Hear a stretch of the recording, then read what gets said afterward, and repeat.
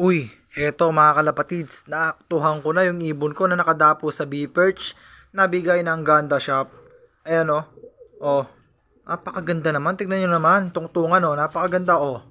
Ayan yung ibon kapag nakatungtong na sa mismong B-Perch. Ayan yung itsura niya. Oh, ayan o.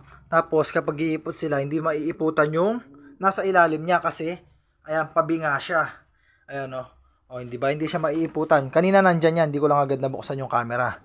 Ayan, so hindi sila maiiputan kapag ganyan. Ayan o, ganda, quality. So available yan sa ating Yellow Basket mga kalapatid. Sa magsipag-check out na kayo. Meron dyan 5 pieces, meron dyan 10 pieces. Mamili na lang kayo. So pasukan natin sa loob, check natin siya. Ayan siya sa loob oh. Oh, di ba?